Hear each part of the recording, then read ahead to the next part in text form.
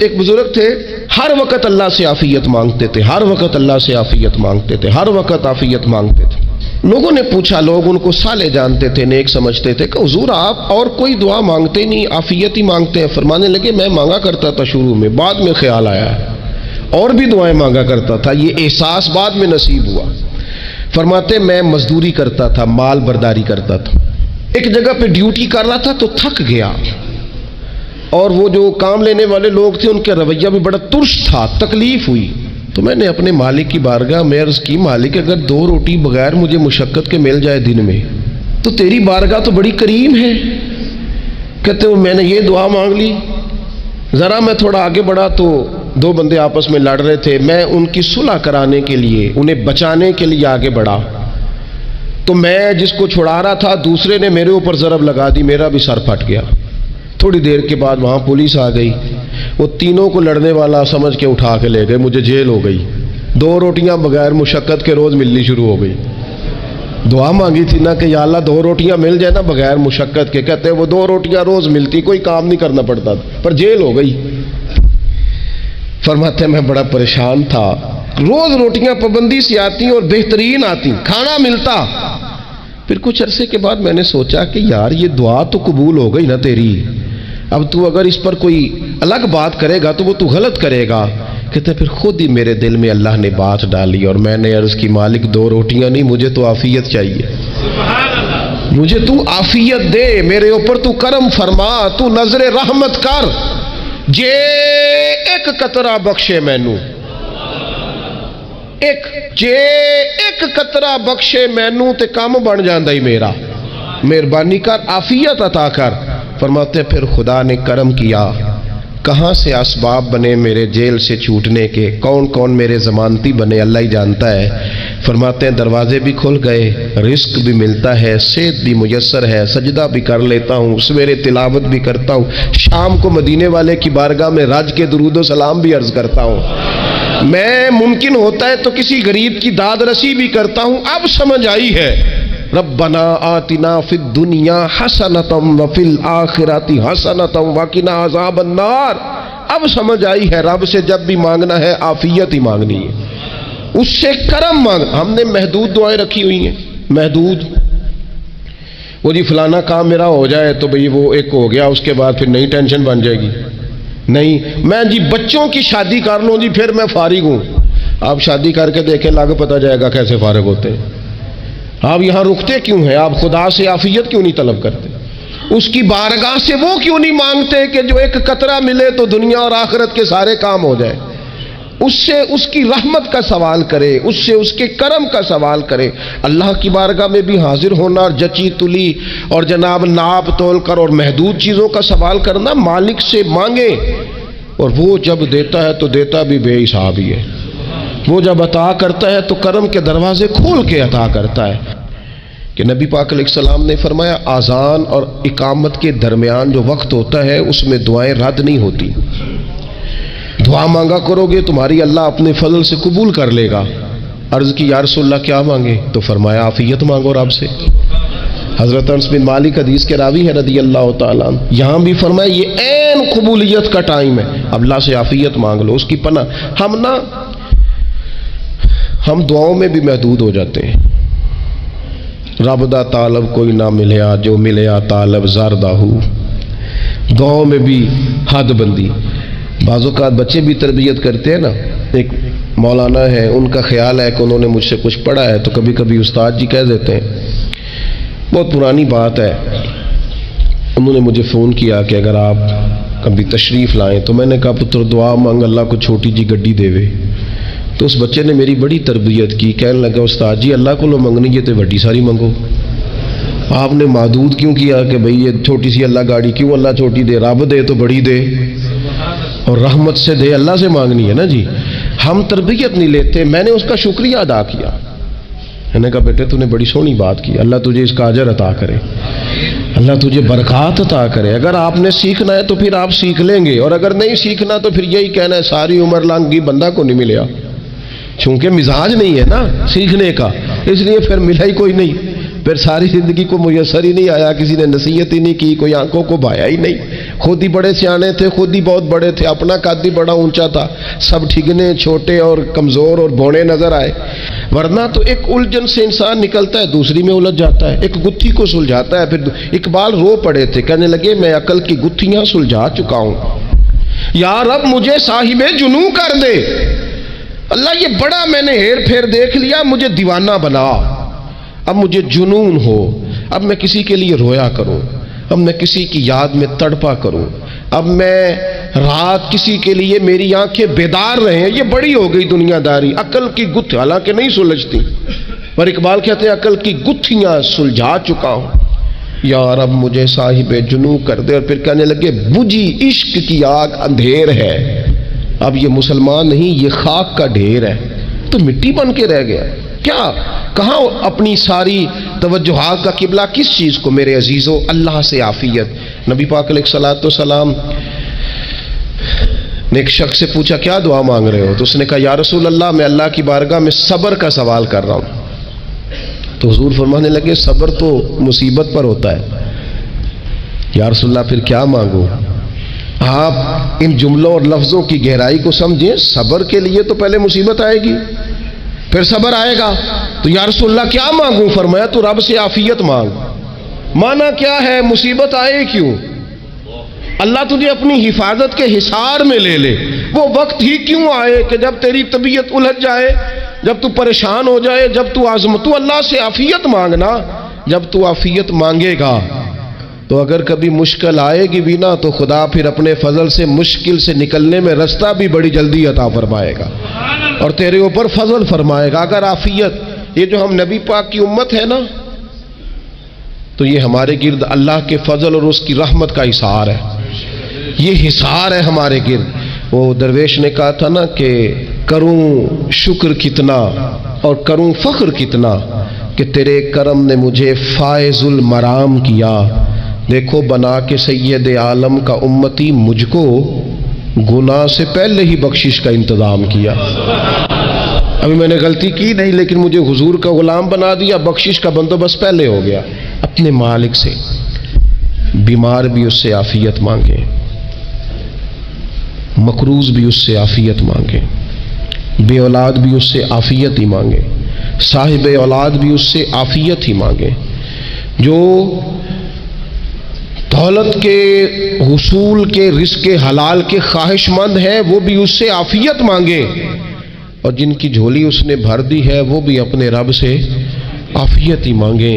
مالک سے جب سوال کرے، ایک بزرگ تھے انہوں نے تو اپنی انگوٹھی میں لکھوا لیا تھا کہ یا اللہ مجھے عافیت عطا فرما، مگر جب بھی دیکھتا ہوں یاد آ جاتا ہے کہ اللہ سے عافیت مانگنی اپنے مالک کی بارگاہ کے اندر۔ دیکھو میں نے دیکھا ہے، وہ کسی نے کہا تھا کہ تیری خواہش ہے کہ وہ تیری آرزو کرے پوری، اور میری خواہش ہے کہ تیری آرزو بدل جائے۔ کچھ لوگ ایسی خواہشات بھی لے کے آتے ہیں کہ جو پوری نہ ہو تو بہتر ہوتا ہے، اس لیے آپ کو پتہ ہے موت مانگنا جائز نہیں دین میں۔ مصائب سے گھبرا کر، مشکلات سے گھبرا کر، زندگی کے مد و جزر سے پریشان ہو کر موت کا سوال کرنا جائز نہیں۔ کس طرح جائز ہے؟ ان لفظوں کے ساتھ دعا کر سکتا ہے کہ یا اللہ جب تک میری زندگی بہتر ہے مجھے زندہ رکھ، اور جب میرا دنیا سے جانا بہتر ہے پھر تو مجھے اپنی بارگاہ میں بلا لے۔ یہ بھی کیا ہے؟ یہ بھی عافیت کا سوال ہی ہے کہ یا اللہ رکھ بھی تب تک جب تک رہنا بہتر ہے۔ نبی پاک نے بھی ارذل العمر ہونے سے پناہ مانگی۔ ہمارا یہ مزاج بن گیا ہے کہ ہم اپنے حق میں ایسی چیزوں کا سوال کر رہے ہوتے ہیں جو کئی دفعہ ہمیں مل جائیں تو ہمارا نقصان کریں۔ قرآن حکیم ایک جگہ پہ اللہ کریم نے فرمایا ہے کہ اگر سب لوگوں کو مال دے دوں تو بغاوت کریں، فساد ہو جائے۔ کیا مانا کہ اپنا نقصان کر بیٹھے لوگ۔ ہم اپنے مالک کی بارگاہ میں بعض ایسی چیزوں کے سوالی ہیں کہ جو ہمارے لیے ٹھیک نہیں ہے، ہمیں اس کے کرم پر چھوڑنا ہے، اس سے عافیت مانگنی۔ اور بعض لوگ، کیونکہ میں کہہ چکا ہوں شروع میں کہ ہماری دینی روحانی تربیت نہیں ہوتی، اور ہم کہیں سے باقاعدہ اسباق لینے کے قائل ہی نہیں ہوتے، پوری تربیت کا ہمارا مزاج نہیں ہوتا، اپنی عقل اور اپنا شعور اور اپنے حساب سے ہم زندگی کو بتانا چاہتے ہیں۔ اور یہ جو میرا دور ہے یہ ویسے ہی الجھا ہوا زمانہ ہے، اللہ ماشاء اللہ، پتہ نہیں کوئی کیا بول رہا ہے، کوئی کیا کہہ رہا ہے، ایسے ہے جیسے کوئی میلہ لگا ہوا ہے، اور کان پڑی آواز سنائی نہیں دے رہی۔ جس کی دکان پر کوئی گاہک نہیں وہ بھی کہہ رہا ہے لائنیں بنا لو۔ ایسا الجھا ماحول ہے اور ایسی آزمائش ہے کہ لوگ بیچارے پریشان ہیں۔ دیکھیں جب تربیت کے ساتھ انسان آگے بڑھتا ہے نا، ہمارے پاس مقتدا ہے اللہ رسول کا کلام، ہمارا پیشوا ہے رب رسول کا فرمان۔ جب ہم کتاب و سنت کی روشنی میں آگے بڑھتے ہیں تو پھر ہمارے لیے منزل آسان بھی ہوتی ہے اور قریب بھی ہوتی ہے، پھر ہمارے لیے آگے کی طرف سفر کرنا، آگے بڑھ جانا یہ آسان ہوتا ہے۔ آپ غور کریں جو لوگ دنیا میں کامیاب رہے، بھلا کس طرح کامیاب رہے؟ وہ اس طرح کامیاب رہے کہ انہوں نے نا اپنے رب سے عافیت مانگی، اللہ تعالیٰ نے خود بخود ان کے لیے رستے بنائے۔ آپ تاریخ پڑھیں گے بعض لوگوں کی تو لگ نہیں رہا تھا کہ وہ اتنی کامیابی حاصل کریں گے۔ دیکھ لیں آپ، حضرت غوث اعظم جیلانی رضی اللہ تعالیٰ عنہ بغداد شریف تشریف لاتے ہیں تو ان کی کیفیت یہ ہے کہ پتے کھا کے گزارا کرنا پڑتا ہے، یعنی پیچھے کوئی ایسا بیک گراؤنڈ کسی کا بنایا ہوا ادارہ، کوئی بڑی خانقاہ، کوئی بڑے لمبے چوڑے والد صاحب کے مریدین، کوئی بڑا لمبا سلسلہ نہیں مل رہا۔ ان کو بظاہر پتے کھا کے گزارا کرنا پڑتا ہے، لیکن چونکہ وہ نکلے ہیں اللہ کی مدد کے ساتھ، انہیں اللہ نے تائید دی ہے، فضل فرمایا ہے، تو نتیجہ یہ نکلا ہے کہ 70 ہزار بندہ ایک ایک وقت میں تربیت لینے کے لیے ان کے سامنے موجود ہے۔ یہ اللہ نے اسباب بنائے ہیں، کیونکہ جب رب عافیت عطا کرتا ہے تو پھر اللہ اسباب بھی پیدا فرماتا ہے۔ ہمارا ذہن تو تھک جاتا ہے سیاست کرتے کرتے، ہم تو جناب پوری ترتیب سے ہمیں سلیقہ آتا ہے کس طرح کر کے کس بندے کو کیسے قائل کرنا ہے، پورے طور پر ہم وہ ساری زندگی سیاست کرتے رہتے ہیں۔ وہ خاندانوں میں بھی چلتی ہے، گلی محلے میں بھی چلتی ہے، دوستوں میں بھی چلتی ہے، بعد میں پتہ چلتا ہے کہ یہ پتے کھیل کون رہا تھا، اصل میں صلح کرانے والا تھا کہ لڑائی کرانے والا تھا، یہ سب کا خیر خواہ تھا، یہ سب کی ذہن کے اندر فطور کی آمیزش ہی اس شخص کی وجہ سے تھی۔ ہم چونکہ وہ خاص عافیت اللہ سے نہیں مانگتے، ہماری مخصوص سیاست ہوتی ہے سبھی کو راضی رکھو، اس کا نتیجہ یہ نکلتا ہے کہ ایک ٹائم آتا ہے کوئی بھی راضی نہیں رہتا۔ ہم اگر اپنے مالک کی طرف رجحان کریں اور اللہ نے جو ہمیں شعور دیا ہے اس شعور کو لے کر اللہ کی بارگاہ کی طرف بڑھیں، آپ یقین کریں اعلیٰ حضرت بریلوی رحمۃ اللہ علیہ کی کتابیں ہیں، ایک ایک کتاب پر پی ایچ ڈی ہو رہی ہے، اور انہوں نے 150 سال پہلے بیٹھ کر جو کچھ لکھا تھا بین ہی لفظ بلفظ اس کی ضرورت آج محسوس ہو رہی ہے اور آنے والے وقت میں بڑھ رہی ہے، لیکن ان کے پاس کوئی ٹیم نہیں تھی، 50 لوگ نہیں تھے جو ان کے پاس بیٹھ کے لکھواتے، اپنا پریس نہیں تھا، ایسے لوگ نہیں تھے کہ جن کو پتا ہوتا کہ کتاب ہم کل چھاپیں گے اور اتنے فیصد یہ مارکیٹ میں نکل بھی جائے گی، ایسا کچھ نہیں تھا۔ کیا تھا؟ اللہ کی مدد ساتھ تھی، تائید ایزوی ساتھ تھی، اللہ نے اپنی عافیت میں رکھا تھا۔ وہ قرآن مجید کی آیت کا ترجمہ کرتے ہیں نا اعلیٰ حضرت اہدنا الصراط المستقیم، یا اللہ ہمیں سیدھی راہ پہ چلا۔ بہت سارے مفسرین نے کہا اے اللہ ہمیں سیدھا راستہ دکھا، فرماتے ہیں اے اللہ ہمیں سیدھی راہ پر چلا۔ تو کسی نے کہا حضور یہ چلا اور دکھا میں کیا فرق ہے؟ فرمانے لگے دکھانے کا مطلب یہ ہوتا ہے کہ کسی نے پوچھا میں نے گجرانوالہ جانا ہے، تو دکھانا یہ ہے کہ اسے کہا یہاں سے باہر نکلو، روڈ پہ چڑھ جاؤ، سیدھے جاؤ گے، ایک پول آئے گا اسے کراس کرنا، نیچے اترنا، وہاں سے شہر شروع ہو جائے۔ پھر اس نے اگر کوئی اندرونی جگہ شہر کی پوچھ لی تو اس کو کہا کہ رائٹ ہو جانا، پھر لیفٹ ہو جانا، پھر آگے کسی سے مزید۔ یہ ہے راستہ دکھانا، اور ایک ہے چلانا۔ اس نے کہا میں نے گجرانوالہ جانا ہے، تو اس نے کہا ساتھ بیٹھنا میری گاڑی پہ، جہاں تو نے جانا ہے میں چھوڑ کے آتا ہوں۔ یہ راستے پہ چلانا ہے، یہ مقام تفکر ہے، آپ اس پر غور فرمائیں گے۔ کہتے ہیں یا اللہ تو ہمیں راستہ دکھائے گا اور دکھاتا ہے، لیکن چاروں جانب شیطان بھی تو بیٹھا ہے نا، فتنے بھی تو ہے نا، تو اگر تیری رحمت ساتھ رہے، مانا کہ محبت کے سفر میں ہر گام پہ 100 مشکل ہے، لیکن یہ سفر آسان بھی ہے اگر ساتھ تمہارا ہو جائے۔ اگر تو ساتھ چلے تو پھر یہ سفر مشکل وہ ہارون رشید نا اپنے محل کی چھت پہ ٹہل رہا تھا، سب سے اوپر والے چوارے پر، نیچے سے حضرت بہلول دانا گزر رہے تھے، اوپر اس کے ساتھ سپاہی بھی تھے، گن مین بھی تھے۔ اس نے کہا یہ بابا تو ذرا اوپر اٹھاؤ۔ انہوں نے ایک ڈولی، ایک ٹوکری سمجھ لیں، اس کو رسیاں باندھ کے نیچے پھینکا۔ نیچے جو سپاہی تھے ان کو کہا کہ یہ بابا جی کو پکڑ کے اس میں بٹھاؤ۔ انہوں نے جبرن تھاما بابا جی کو، اس میں ڈالا، اوپر والوں نے کھینچ لیا۔ 2-3 منٹ لگے۔ ہارون رشید کے سامنے حضرت بہلول دانا پہنچ گئے تو تھوڑے ناراض بھی ہوئے کہ یہ کوئی طریقہ تو نہیں نا بلانے کا۔ ملاقات ہوئی تو کہا کیوں بلایا؟ کہنے لگا ایک مسئلہ پوچھنا تھا۔ فرمانے لگے بادشاہ ہے نا، تیرے مسئلے پوچھنے کا بھی اپنا ہی انداز ہے، پوچھ مسئلہ۔ کہنے لگا بابا پوچھنا تھا کہ آپ اللہ تک کیسے پہنچے؟ حضرت بہلول دانا چپ کر گئے۔ 2-4 منٹ کے بعد کہنے لگے جس طرح ابھی زمین سے تیرے تک نہیں پہنچا، بالکل اسی طرح پہنچ گیا ہوں رب کریم کی بارگاہ تک، اور وہ بھی جو اس نے کرم فرمایا ہے، ورنہ میں تو نہیں سمجھتا کہ میں پہنچ گیا ہوں، وہ بھی اگر تیری خوش گمانی ہے۔ تو ہارون رشید کہنے لگا مجھے سمجھ نہیں آئی۔ فرمانے لگے تو بادشاہ جو ہے اتنی جلدی کیسے سمجھ میں آئے گی تجھے بات؟ فرمانے لگے اگر میں تجھ سے ملنا چاہتا نا تو میں ایک درخواست لکھتا، پھر کسی وزیر سے سفارشی سائن کراتا، پھر وہ جمع کراتا، پھر مجھے ٹائم ملتا کہ فلاں دن فلاں تاریخ فلاں ٹائم آ جانا، پھر آ کے میں لائن میں لگتا۔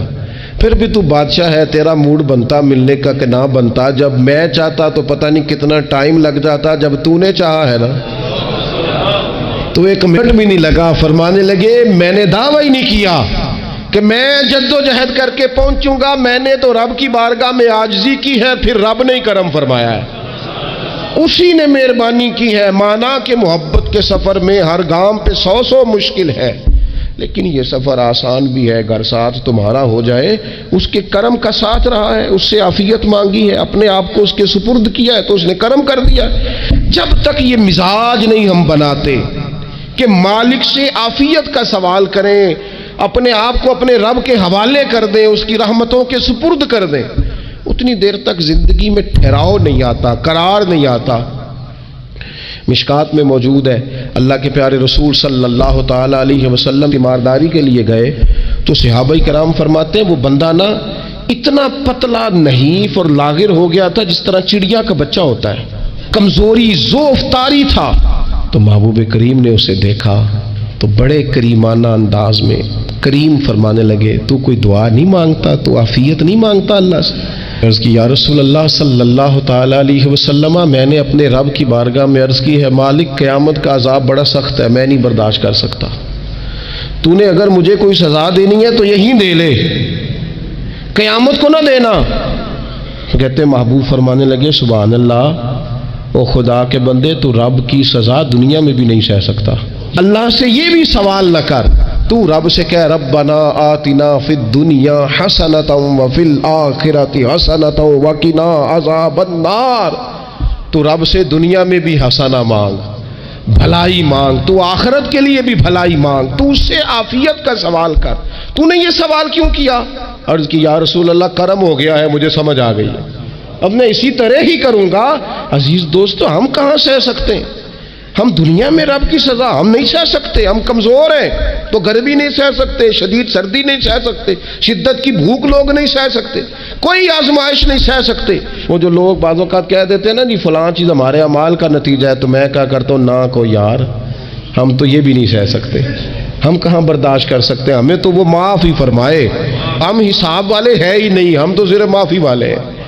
ہم سے نہ حساب پوچھے، اس نے حساب پوچھا تو پھر تو بڑی مشکل ہو جائے گی، اگر اس نے حساب پوچھا تو بڑی رسوائی ہو جائے گی، اگر حساب پوچھا تو مشکلات سامنے دکھائی دینے لگ جائیں گی۔ ہم سے تو وہ درگزر والا معاملہ کرے، ہم سے تو وہ کہے جا میں نے محبوب کے صدقے تجھے معاف کیا، جا تیرے لیے رحمت اور بخشش والا فیصلہ کیا۔ وہ کوئی سبب اس کی رحمت کسی سبب کو دیکھ لے اور درگزر کر لے۔ تو آج کی پوری گفتگو میں آج آپ کو بڑی ذمہ داری سے یہ گزارش کر رہا ہوں، اللہ سے عافیت مانگے، ہر وقت عافیت مانگے۔ میری سالوں سے روٹین ہے، میں دعا مانگتا ہوں اللہم انا نسألک العفو والعافیت فی الدین والدنیا والآخرہ۔ اور یہ خاموش تبلیغ ہوتی رہی، میں مانگتا رہا، کئی بچوں کو ویسے یاد ہو گئی، اس کو یاد کر لیں، اللہ سے عافیت مانگیں، دین میں، دنیا میں، آخرت میں، اس کو اپنا مزاج بنائیں۔ اللہ تبارک و تعالی ہم سب کو عافیت نصیب فرمائے۔